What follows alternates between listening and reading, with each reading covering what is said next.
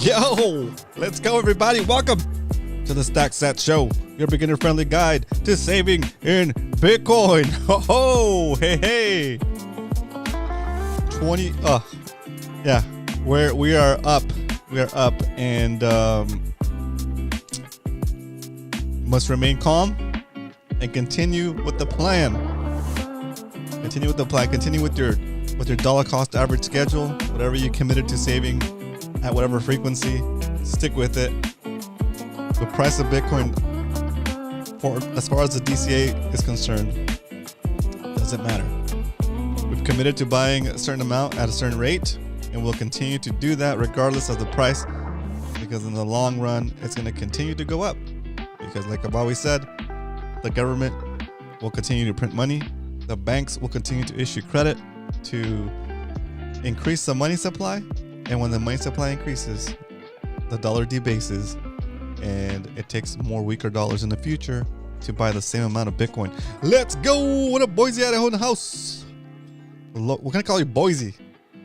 Yo, what up? Question: do I continue my DCA strategy that I do weekly, even at the market high and market lows? Great question, Boise. This is the idea for the show: is that we don't get swayed by the ups and downs of the market, because we're saving for the long term, right? We're saving for like the 4-year, the 10-year mark, right? And we're not saving for the 4 or 10-year mark so that we can sell it at year 4 or year 10, right? We're selling it because we know that as the trend goes over time, the value of the Bitcoin you're saving, no matter how little it is, in 4-10 years, and we're basing that off of the two Bitcoin cycles, right, which happens every 4 years, 2 Bitcoin halvings. So we're saving so that you can accumulate as much Bitcoin as you can and hold that forever, because eventually the price will be so high in about 10 years that you can leverage that to take loans against it or do whatever you need to do. But the point is, you have to start accumulating now as much as possible, so that in the future, as inflation continues to destroy the dollar, it basically makes your Bitcoin savings worth more. Okay, so it's pretty cool. And to specifically answer your question, what I'm doing, what my strategy is I don't care what the price is, right? As long as the amount of Satoshis that I'm stacking keeps going up, it's all right. When Bitcoin hits $1 million, if it ever hits $1 million in my lifetime, if it ever hits $10 million in my lifetime, I'm going to continue to DCA. I'm going to continue to buy it at whatever price it's available when my DCA schedule comes up. Oh, today's the day I buy, boom. Oh, today's the day I buy, boom. Oh, today's the day I buy, boom. Because in the long run, you're buying the scarcest asset known to man at this point, right? The scarcest thing you could get, right? What's going to happen when more people jump on here and try to buy it, right? The ETF is like, I think, on the verge of getting approved. There's like some stuff that I've seen where like I guess they're trying to get their ticker symbol for one of the Bitcoin ETFs, and they wouldn't be registering that unless it's going to get approved soon, right? So the pump we've been seeing is probably caused by that. But still, that pump is going to happen. It's going to pump it at whatever price. And we still have the halving happening in about 6 months, right? So that's another natural way so the halving is going to decrease the supply available daily. And the ETF pump is going to increase the demand. And even though the demand is increasing, just the nature of Bitcoin is that you can't create any more Bitcoin if the price goes up. It's just that whatever Bitcoin's available, it's what it's available. It's on a schedule. It's in code on software, and it can't be tweaked, right? So when the demand goes up, i.e. if the ETF gets approved and the demand goes up crazy, then what's the only thing that can move since you can't up the supply? Then the price will go up, right? Same thing with on the flip side, in about 6 months when the Bitcoin has its halving, that means that the rewards to the miners go from 6.25 Bitcoin to 3.112, I think. 112.5. 3.1, And so then you have all the miners that need to make up that money. So make up that difference. So what will end up happening is they'll need to sell their Bitcoin for a little bit more because they need to cover the cost of the mining, cost of running the network. And so naturally, as a supply of Bitcoin halves, as a supply of new available Bitcoin halves, and I'm not saying new like it's created, I'm saying new, it hasn't been released into circulation yet. As a rate of Bitcoin released into circulation halves, then the demand is still there, if not even more. And what's the only thing that could change at that point? Well, still, you decrease the supply, so you kind of bump up the demand by decreasing the supply by half. So then the price will adjust again, right? So when you ask, is it a question if I want to continue my DCA that I do weekly even at the market high? You could. This is what I would do, because these are the two things that can happen. Okay, so one, you let yourself get manipulated by the market maker, right? Which is the entity or the people that are in essence manipulating the market. That may go up, may go down, make you buy in when you feel like you're gonna miss out, make you FOMO and buy when it's high, and then make you freak out, think it's gonna go to zero, and then make it and so that you sell it when it's low. All right. Well, the way we get out of that, we avoid that manipulation, is by doing your schedule, right? Your schedule is fixed. And since we're not planning on selling, then it doesn't matter, right? You just buy at your normal rate. Doesn't matter what the price is, because over the long term, as the price of Bitcoin keeps going up, you're going to average out to be in the green, to be in a gain, right? Now, if you're trading, that's a different story. I wouldn't recommend trading because it's I'm not good enough at trading. I don't know how to do it, and it's very likely that you can say, okay, I'm gonna wait because it seems like it's at a high right now, right? But you don't know when the ETF is actually gonna get approved officially, right? So then what happens? Okay, you sit on the sideline with your cash in hand, right? And mind you, the whole time you're holding that cash is devaluing relative to Bitcoin, right? So you wait, you don't buy in because you think it's going to go down, and it never goes down, right? Let's say right now you want to hold off on your weekly DCA and say, okay, you know what, I'm going to hold off until it gets back to 30,000. Okay. What if it never gets back to 30,000 and it goes to 35? Oh, it already hit 35. But it goes up and it goes past 35, it hits in the 40s, right? Well, those SATs you could have bought at whatever your normal DCA rate was, you won't be able to get unless you spend a lot more for the same amount of SATs, right? You'll get less SATs for your dollar, okay? And what we're trying to do here is just build a big war chest of SATs, right? And you want to get to 1 Bitcoin, hopefully, before the halving, which is in 6 months, right? Or ideally, you already have 1 Bitcoin before the ETF gets approved, because now that 1 Bitcoin is going to pump like crazy, right? Anyway, that's the idea. You could let the market manipulate you with the pricing and buy into, like, buy when, wait for it to dip down and buy, and you could get more SATs for your dollar. But what if it doesn't and it pumps beyond where it's at now, and we never see 30,000 again, and you could have been on board already on the train, right? So plus you don't have to worry about monitoring the price and watching it and setting your alerts and figuring out when to sell and when to buy. No, I decided I stopped doing that. I tried it for a little bit, but it's like too nerve-wracking. It's too, well, for me, I'm speaking for myself here. It's too nerve-wracking. It's too, you have to pay too much attention to it. I want to get on with my life. I don't want to become a trader or financial, whatever you want to call it, just to conserve my wealth.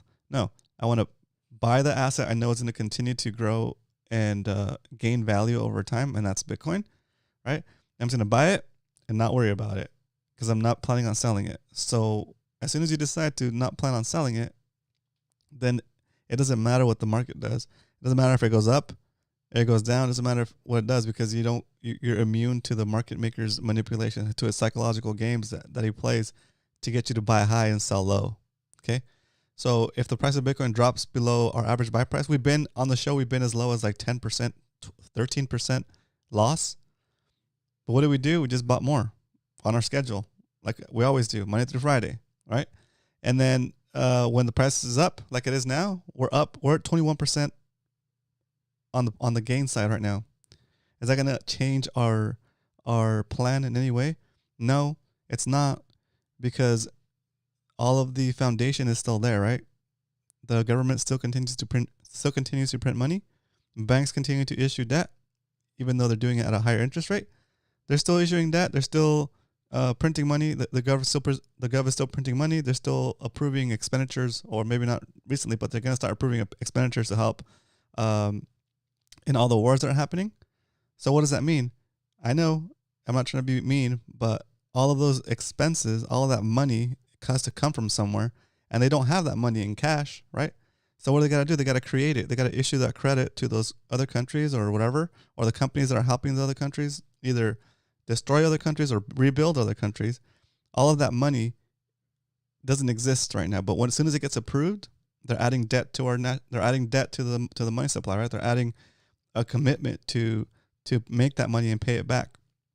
So what does that do? It just confirms that they're going to continue to spend money that they don't have, and in doing so, how they do it is by debasing the dollar, and they debase the dollar by printing more of it, and it makes your dollars worth less. It makes the purchasing power of your dollars less, because they took that purchasing power to rebuild and to do war and to do all that kind of stuff, right? All stuff that's outside of our control. We can sit here and moan about it and whine about it and go protest about it and vote, right? Every 2 years, every 4 years, but it doesn't matter, right? It doesn't matter, because in the end, whoever's in office, they're going to spend. They're going to spend for different reasons, right? They're going to say, oh, this is, we're going to have to give a tax break to these companies because they're doing good for the society or something. And the other party's going to say, oh, no, we need to do these government assistant programs for these people that need help. But either way, they're not getting money. They're not getting that money from somewhere. They're just making it up. They're just creating it. And when they create that money, it devalues your money. Okay. So the only thing we could do is to continue to stack SATS, and that's how we roll. Okay. Continue to stack SATS. And, all right, let's get into the show, guys. Jeez. Yeah. It's a good day today. It's a good day today, for us and our strategy. But let's start the show with a little SATS strength.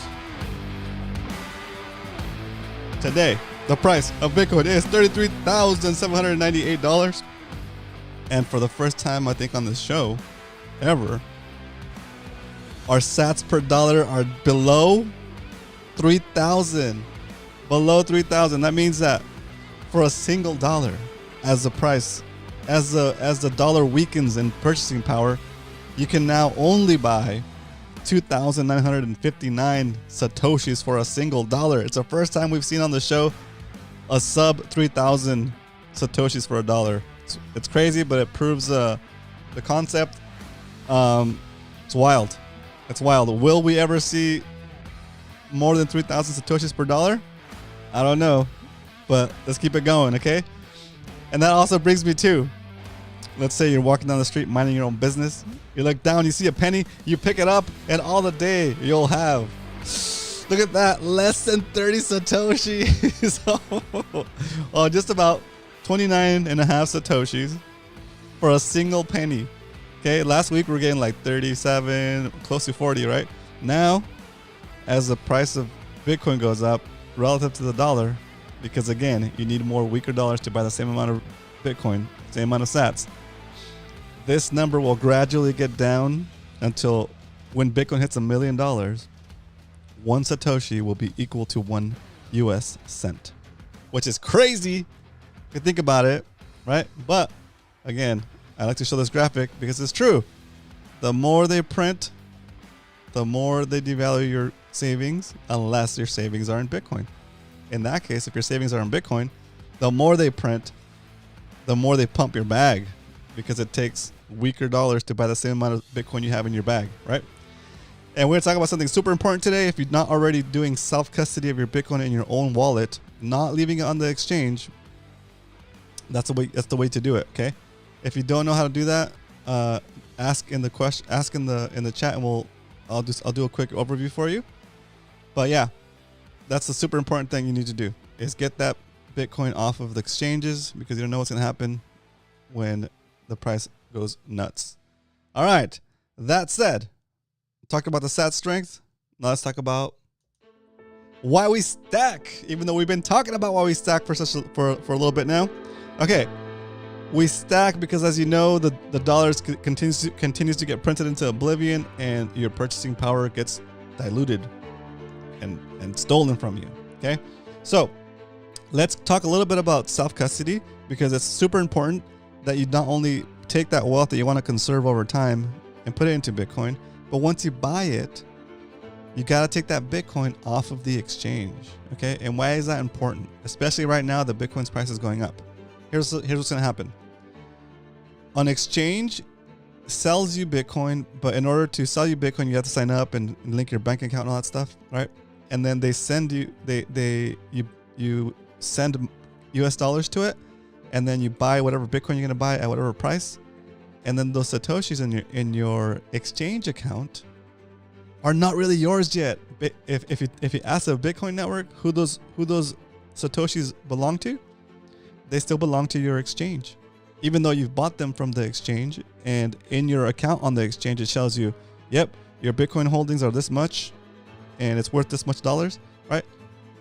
They're not actually yours until you transfer those Bitcoin or those satoshis off of that exchange and onto your own self-custody Bitcoin wallet. Okay, there's two options. I'll tell you the option that's easiest, but it's also not that secure. The first option is just to install a software app on your phone or computer that is a Bitcoin wallet. For example, Sparrow Wallet, Blockstream Blockstream Green Wallet on your phone, right? Another option is and the better option is to get a hardware wallet that'll hold your seed phrase or your seed signing keys, so that you can, that the hardware device, it links up with your software, and your software won't work unless you have access to that hardware device.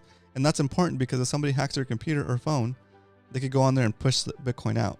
But if somebody hacks your computer and phone, but you have your software running linked to a hardware wallet that's never attached to your computer or phone unless you're actually using it, then even if somebody has access to your computer, they won't be able to transfer the Bitcoin out without you signing it with your hardware seed device. Okay, hardware signing device. Okay, I know it's a lot to cover it in like a brief instant, but we're getting there. Okay, why is that important to have your own device or have your own wallet on your phone? It's important because when you create a Bitcoin wallet, the Bitcoin network is going to send you a 12-word or 24-word seed phrase. Okay. And what the heck is a seed phrase? Well, a seed phrase is basically the keys to your Bitcoin wallet. Okay. Let's say that you have a Bitcoin wallet set up on your phone, and you lose your phone. Say you're on a boating trip and you drop your phone in the water, and there goes all your Bitcoin, right? No. The Bitcoin network knows how many satoshis or how many Bitcoin are in your wallet, and you can go and buy a new phone, restore your wallet that you had set up in the past. Exactly. Not your keys, not your Bitcoin. That's right, Leonard. So you take your new phone, you set up your the same app you had before, and it's going to ask you, hey, do you want to set up a new wallet or do you want to restore a wallet? You say, I want to restore a wallet. You click on restore wallet. It's going to say, okay, cool. What's the seed? What's the seed phrase that you use on your original wallet? And then you're going to put in the seed phrase that you have from your old wallet when you set it up. And boom, the Bitcoin network's going to say, okay, cool. This is in fact Boise, and we'll say your name. Don't just say your wallet. And the seed phrase is correct. You now have access to that wallet again, and you can push the Bitcoin out if you need to. Okay. It's super important. Okay. You got to have one or the other. If you lose your phone, but you have your seed phrase, you're good because you can restore that wallet to your new phone. If you lose your seed phrase, but still have access to your phone, but still have access to your wallet through your phone, which means you can push Bitcoin out of it, then you need to create another wallet, another instance of a wallet, and then send your Bitcoin out to that wallet because you'll know the seed phrase of that wallet. Okay. And you won't be at risk of losing the one thing. Okay. If you lose both things, if you lose your wallet, your phone or hardware device, and you lose your seed phrase, you are done. There's nothing you can do. You can't do anything to restore it. Okay. You need one or the other, and that's the hard truth about Bitcoin is that you got to be responsible for your own holdings, right? You can't pass off that responsibility to a bank and have them bank for you and right, and hold your money for you and trust them that they're holding it. No, you got to do it on your own. You got to trust yourself. You got to be informed enough to understand that you either got to maintain access from your phone, and if you don't have access from your phone, you got to have your seed phrase, okay? And you got to do this before you start putting too much money into your own wallet, because if you lose it, there's no Bitcoin tech support, guys. That's it. It's done. You would have, in fact, donated your whole stack to the Bitcoin network and made everybody else that still has Bitcoin a little bit more richer, because your coins will no longer be in circulation. They'll basically be locked in your wallet. And since nobody has a seed phrase for that wallet, nobody can push. Since nobody has a secret for that wallet, nobody can push coins out of it. And that's just that's just the way the Bitcoin network works. And that's just the way, and that is actually why Bitcoin network is so valuable, is its permanence of the permanence of it. You know, you can't go back there and tweak something after it's done, right? So that said, seed phrase check. Make sure you have your seed phrase to the wallet where you're holding your Bitcoin holdings. If you don't know what it is, if you don't know where it is, but you still have access to your wallet and you can push coins out of your wallet, then I recommend you set up a new wallet that you write down the seed phrase for, and then send your coins over to that wallet. That way you have your backup. Okay. Once you have your seed phrase, you need to stamp that on a metal plate, or you need to stamp that on something that's going to be fireproof, or write it on a piece of paper in an envelope that's inside of a safe that's fireproof. Right? And that's in case you lose your phone, or you lose your hardware device, you can go back there and restore it with the same hardware, with the same software. Okay? So it's super important. It's super important that you do that right now, because let's say the exchange is telling you, okay, yeah, Leonard signed in, he bought X amount of Bitcoin, and even Swan, dude, like, you can't trust anybody. I use Swan, but I use them to buy the Bitcoin, and then I get it the heck off of there, right? That's why when you guys see my balance, when we do the buys, you see my balance goes up and down, just because we're doing show buys and I'm doing personal buys sometimes. But as soon as my Swan balance hits 0.01 Bitcoin, I think, it automatically withdraws it to my hardware wallet. Okay. And that's the way you want to be set up. You don't want to use the exchange as a place to store your Bitcoin. Okay. Because here's what's going to happen. Let's pretend that the exchange you're using, or any exchange, is selling you paper Bitcoin, right? That's what FTX was doing when they crashed. They're selling paper Bitcoin, which means, yeah, they show you that you have a Bitcoin amount on your wallet when you sign into their website, but in the background, they weren't even really giving you the Bitcoin, right? So what you do when you withdraw your Bitcoin from an exchange is you force them to actually buy the Bitcoin that you already, quote unquote, bought on their exchange. Okay. Now, if FTX if any of the exchanges you're using are selling you paper Bitcoin, then as soon as you make that withdrawal request, they have to go buy the Bitcoin to send it over to you on the real Bitcoin network, because the Bitcoin network is not going to lie for them, right? The Bitcoin network is not going to say, oh yeah, sure, we're going to send Leonard some Bitcoin. No. The Bitcoin network is going to say, all right, how many Bitcoin does this exchange have in their wallet? And that's okay. So you're going to send some out to Leonard. Okay, cool. Send out to that address. And then the Bitcoin network goes in and validates that the exchange actually has the holding, right? And then it sends it over to your wallet. And now it's written to the blockchain, right? It's written to the Bitcoin network, so they can't mess with you, right? Bitcoin, that's where you hear sometimes people say Bitcoin is truth, right? It's truth because the exchanges can't lie to you, right? As soon as you request for that exchange to withdraw that Bitcoin to your wallet, it makes them honest, right? It makes them write it to the blockchain in a transaction. And now that transaction has been written to the blockchain, the Bitcoin network, and you see that the funds in your wallet now, the Bitcoin in your wallet, now you know with 100% certainty that that Bitcoin is in fact yours, right? And that there's a beauty in that, right? You don't need to go chase anybody around. They don't need that's when you have the real benefits of the Bitcoin network, is when you can hold an institution's feet to the fire and say, you know what? I know you claim that I bought so much Bitcoin from you already, but you know what? Let's just make sure. Send it over to me on the Bitcoin network. Send it to my wallet. Boom. Makes them honest. Just like that. Okay? So that's why it's super important, especially right now. Let's say that an exchange has been selling paper Bitcoin, and now there's people that have been holding Bitcoin for a while. Let's say that we never withdrew our Bitcoin from Swan or from wherever, from Binance or something, right? And it's been sitting at Binance the whole time. And now the price of Bitcoin is going up. We paid however much, right? 20% of the value that is at now. I'm sorry, 20% less than the value it's at now. And so when we go to withdraw our money now, when we go to withdraw our Bitcoin, if that institution wasn't really holding that Bitcoin and it was just buying it on the fly when people decided to withdraw, they'd have to go and buy that Bitcoin now for a lot more than the price that we bought it at originally, right? So as the price of Bitcoin goes up, it becomes a danger that some of these institutions can crash, because if a lot of people start to withdraw their Bitcoin into their private wallet, to their self-storage wallet, then it kind of forces the institutions to buy the Bitcoin that they had thought you had at a higher price, right?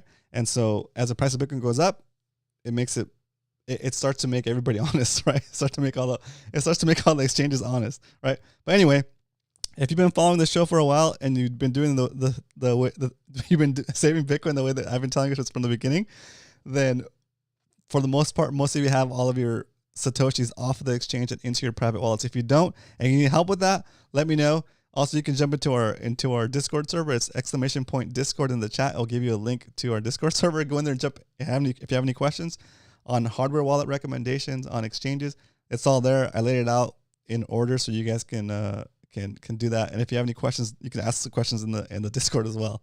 Anyway, that is the Why We Stack segment and a little brief on wallet and just like proper Bitcoin hygiene, right? Remember, take your coins off the exchange, and like Leonard said, not your keys, not your Bitcoin. Okay.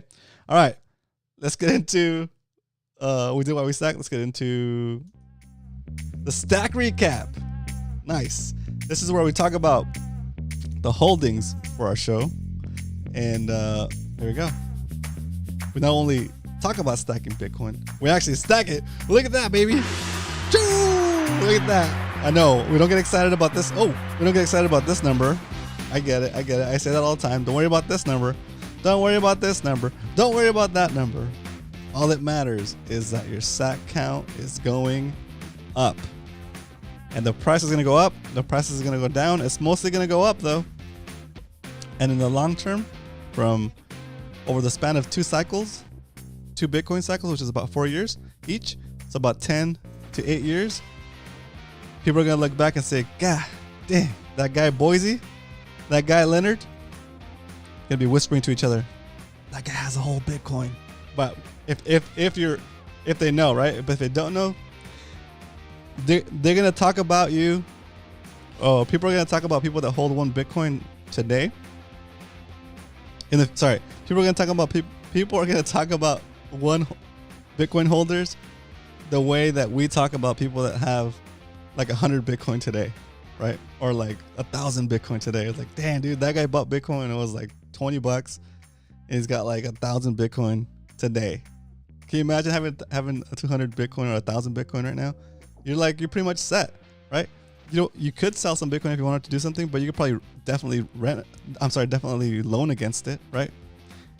Get a loan for like a percentage of what the value of your Bitcoin is worth, and then you can live off of that.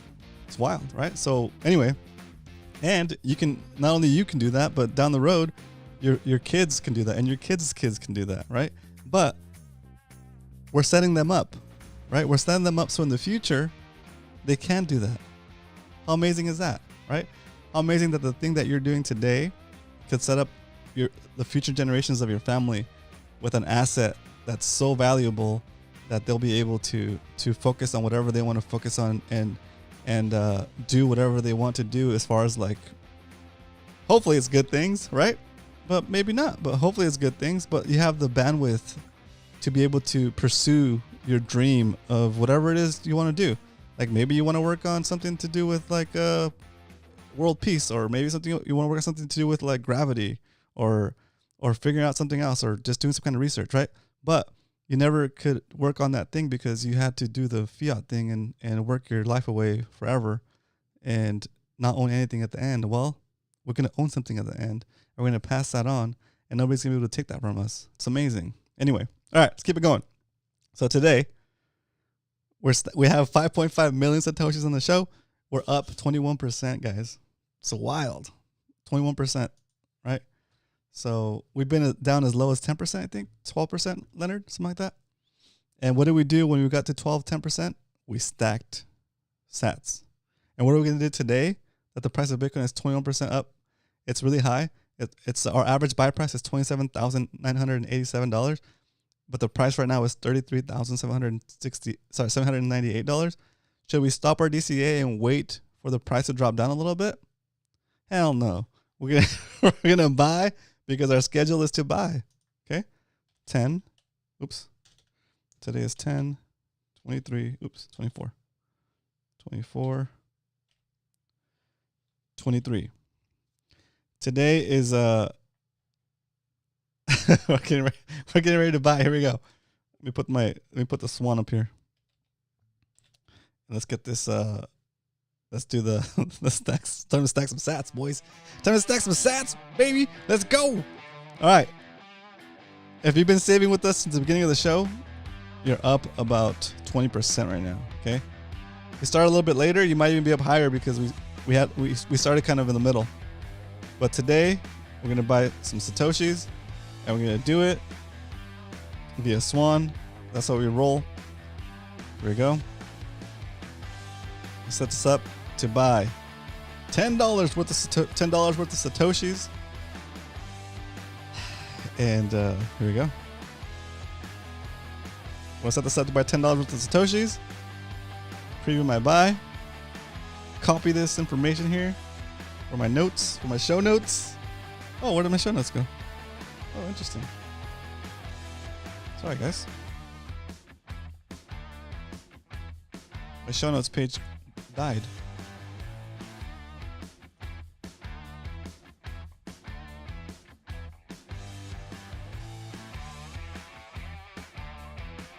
Today is episode 90. Let's go. Episode 90. It's nice to see the number flip on the tens column. We're getting close to 100 episodes. Here we go. We're buying. Cut the music. Drum roll, please. We're buying $10 worth of Bitcoin. Well, I didn't even see if yesterday's buy went through or not. $10 worth of Bitcoin. It's going to cost us 10 cents to run this transaction. Is it going to happen? In one. Oh, purchase is being executed. Come on. Kept doing this to me last time. All right, we're going to assume it worked. Let it do its thing. But with that, come back here and we update our... Oh, that's interesting. I'll put it up here so I can keep track of it. That did that to me yesterday too. I didn't even go back and verify if it went through or not. But let's assume it did, and we'll put it into our spreadsheet. But before we do that, we'll throw on some chill music because we're chilling. There we go. Today's price is 33,000. Jeez. 886. We bought $10 worth. Cost us 10 cents.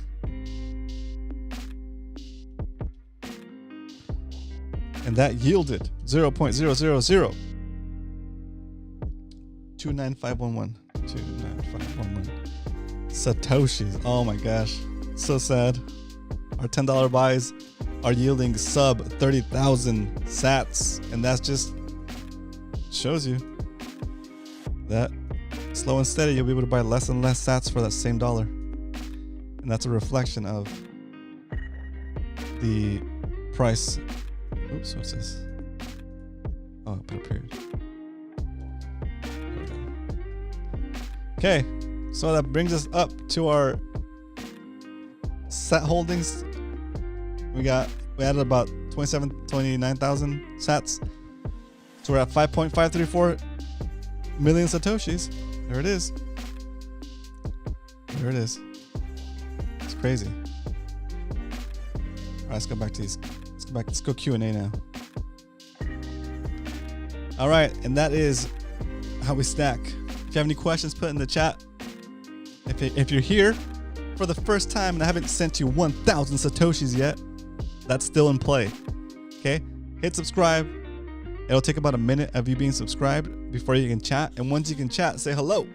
I'm here for my SATs, and I'll send you 1,000 Satoshis over over the Lightning Network. Okay. If you have any questions about wallets, if you have any questions about how to self-custody your Bitcoin and why you should self-custody your Bitcoin, hit rewind and watch that, or hit us up in Discord. Type in the Discord general, and we have a bunch of rooms in there with specific things that will be helpful for somebody that's getting started, right? I will not message anybody directly on. What up, Leo? Leo, let's go! Still clueless, Leo? No! All right, Leo. Do you have a specific question that I can work off of, or what do you think? What are you thinking? Have you started buying SATs, Leo? That's step number 1. Step number 1 is buy some Satoshis, buy some Bitcoin. Step number 2 is take the Satoshis or Bitcoin off of the exchange and onto your self-custody wallet. In order to do that, you're gonna need to set up a wallet. I can help you with that. Last we left off was a wallet. Perfect. Okay. Do you have a Bitcoin wallet? If not, I recommend you start off with a Blockstream Green wallet. It's called Blockstream Green wallet. If you're using it from your phone. If you're using it from a computer, then I recommend maybe like the Trezor wallet. That's what I use.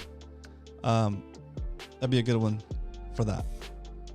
If you're doing it from your phone and you want to get a hardware wallet that also works with your phone, then the Blockstream Jade wallet is nice. Okay, it's a hardware wallet, and they just came out with different colors. I want to show you guys real quick because they're not a sponsor or anything like that, but I ordered one a couple days ago just because it's really nice. Let's see, Blockstream Jade. Let me bring it up. The website is blockstream.com/jade. You hit get Jade. I'm gonna copy this and send it to you in the chat. There it is. Boom. Never figured that out. You had me at get wallet of Satoshi and green. Okay, cool. So if you have a wallet of Satoshi, that's just for SATs, for like playing around money, right? If you're gonna actually take and buy Bitcoin legit on the exchange and start saving in Bitcoin, then I recommend you get a wallet kind of like this. Okay. And I picked up the Bitcoin Orange wallet. This one, oh, look, that thing is nice. I picked this up. Should be here soon. When I receive it, I'm gonna do a video on how to set it up. Okay. But it's $64. But if you type in there's what's it called? Bitcoin. What's it called? Oh yeah, there's a Twitter account or X account. Her name is Love is Bitcoin. If you put that in your cart, add that to our cart, and you go view my cart. I could do apply coupon code. Love is Bitcoin. I think it gives you a percentage off. Let's see. Coupon applied successfully. It gives you $6.50 off. So about 10%. Okay. So there you go. and you get it for $58, you still pay shipping on it and stuff, but still. Okay. That's what I would recommend if you're going to do if you're going to want to bank from your phone, if you're going to want to do it from your phone. If you're not going to do it from your phone, then I recommend, let me get this up here. Let's see, where is it? Boom. If you're going to go from your computer, I would do this Trezor Model 1 is a good one. And I'll post my affiliate link in here. This one. Wallet of Satoshi and green. Yeah. Okay. Okay. But you already have the green wallet, right? The green wallet will work for now. If you get a hardware wallet like the one I just recommended, it'll be one more layer of security, right? Because let's say your phone gets hacked, right? And they have access to your phone, they could push out the Bitcoin, right? You'll still need the green wallet to operate your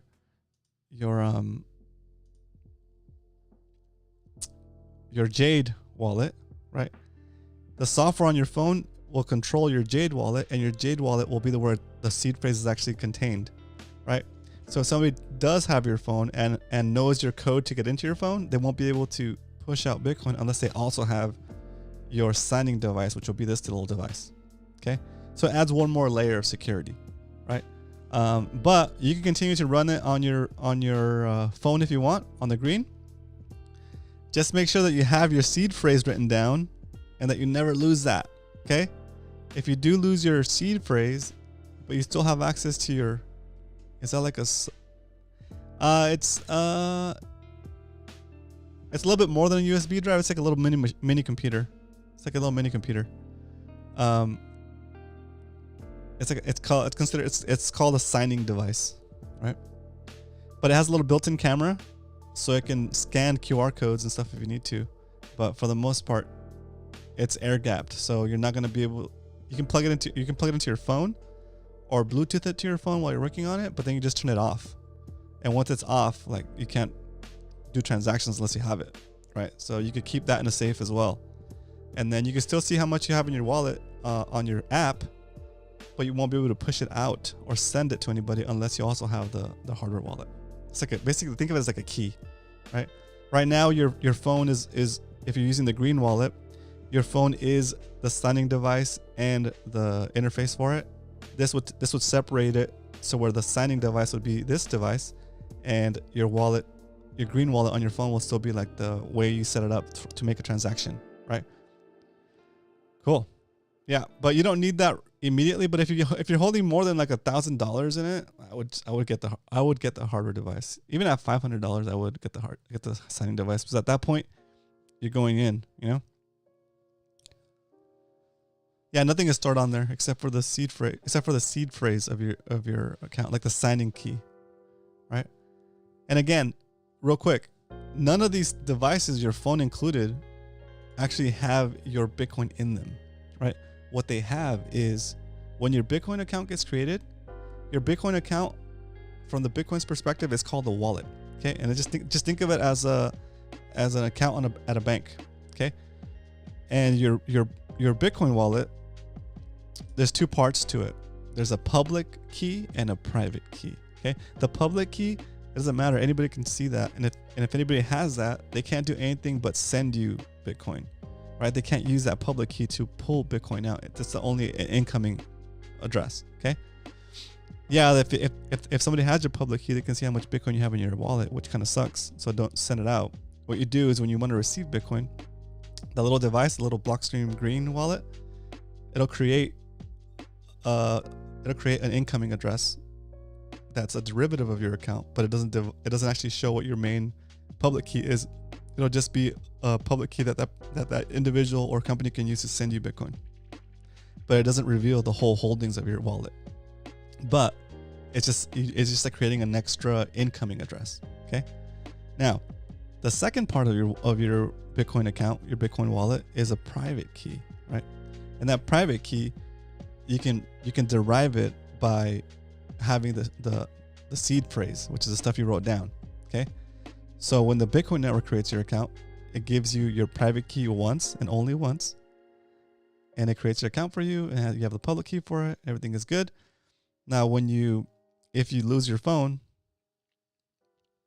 your Bitcoin doesn't actually live on your phone. Only the signing key or the private key lives on your phone, or the private key lives on your hardware device, the one we just talked about. So what happens is Bitcoin says, okay, you claim to have lost your phone. Can you give me the pre-share? Sorry, can you give me the signing device's seed phrase? And you give it the seed phrase, and it goes, okay, cool. Now your signing key, your private key, has been restored to your new device. Okay, and then you can continue to work from there. But if you don't have that seed phrase and you lose your wallet, then you won't ever be able to restore your signing key or your private key from the Bitcoin network, right?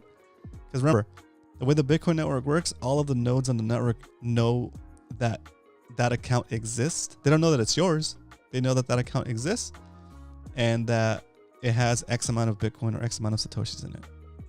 So it doesn't matter if you lose your device, the Bitcoin network still knows how much is in each wallet. And the whole Bitcoin network knows that in order to access that wallet and be able to push SATS out of there, you need to have a certain private key, right? And they're never going to give you the private key ever again. They're not going to get to anybody. You only get it once when you set up your wallet. And that's why it's super important that you keep that safe. Okay. If you happen to have Bitcoin on your wallet and you lose your seed phrase for whatever reason, but you still have access to your wallet, you're still okay. But you're kind of in a threat level, right? Threat level that if you lose your phone, then you're done. You will lose access to those coins.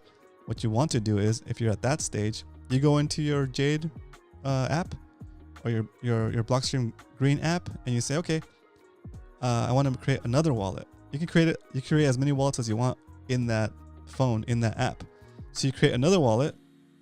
Make sure you title it something so you know it's a new one, and you get the new seed phrase for that wallet, right? And you make sure you keep that safe. Once you know that you have the seed phrase set up, you can transfer your Bitcoin from the old wallet that you don't have the seed phrase to the new wallet that you do have the seed phrase to. It's going to cost you a transaction fee. That's fine. But at least you'll have that redundancy now, where if you lose your phone, you have the keys to restore. And if you lose your seed phrase, you'll still have access on that app anyway. Yeah. So just for safe practices, you want to, okay. So nothing is stored on there. Correct. No, exactly like a fail safe, Leo. Exactly like a fail safe. Leo, round of applause from the live studio audience for Leo because he gets it. He gets it. Yes. Exactly like a failsafe. Now, if your failsafe is not, if you lose your failsafe, but you still have access to the wallet, you can create another failsafe by creating another wallet that you have the failsafe for. Okay. All right. From there, those words that it gave you when you set up your wallet, you never take a picture of those. You never write them in a note in your phone or on any kind of computer. Okay. Because if you do, let's say that you write a note on your iTunes Notes app, right?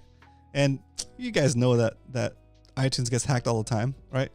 Where they like, oh, we got hacked and we leaked a bunch of information, people's notes, people's emails, people's thing. Exactly. 2 strikes. You get 2 strikes, Leo. Exactly. Right? But let's say you have your seed phrase for your main wallet backed up to like a note on your iTunes storage or whatever, iTunes Notes, whatever it's called, and a block of users gets hacked and they happen to have your notes in there, right? There's programs out there to search for that format of seed phrases, right? If somebody gets a hold of that, like a hacker, they're gonna know exactly what it is. They're gonna say, oh, I see 12 words here. They look like seed phrase. I'm gonna try it, and they're gonna go and try to restore your wallet. They're gonna go to the Bitcoin network. They're gonna open up a wallet app. And they're gonna say, hey, I lost my wallet. I need to restore my seed phrase. I need to restore my signing ID, my private key. Here is my seed phrase. And the Bitcoin network is not going to know the difference if it's you or if it's them. They're going to download. They're going to restore the wallet, and then they'll have access to your coins. They'll be able to push them out to a wallet that you don't have the seed phrase for. And then what will happen is you go and you sign into your wallet, and you'll see that it's missing. You'll see that your Bitcoin is 0, right? You'll be like, what the hell's going on? And it's because they restored your wallet because it had access to your seed phrase. That's why it's super important to keep that safe. in a safe, in a fireproof safe. Maybe even stamp it into a metal plate. I've been looking at that option. I bought a little die set from Harbor Freight, so I might do that on the show. But yeah, you want to save that to a private place, okay? If that's fireproof, or put it on something that is fireproof, right? Or in something that's fireproof. And also keep it like in an envelope so it's not visible if somebody just happens to look at it. Snap a picture real quick, right? Keep it in an envelope, right? Because again, I'll tell you a real quick story, then I gotta go. Quick story, bro. Quick story time. It's a story that I share so that it brings awareness, so that you understand how critical this is. One of the people I've been helping with Bitcoin had set aside about $500 worth, had accumulated about $500 worth of SATS, right? Before the pump here recently. And that person moved, and they got a new phone. Okay.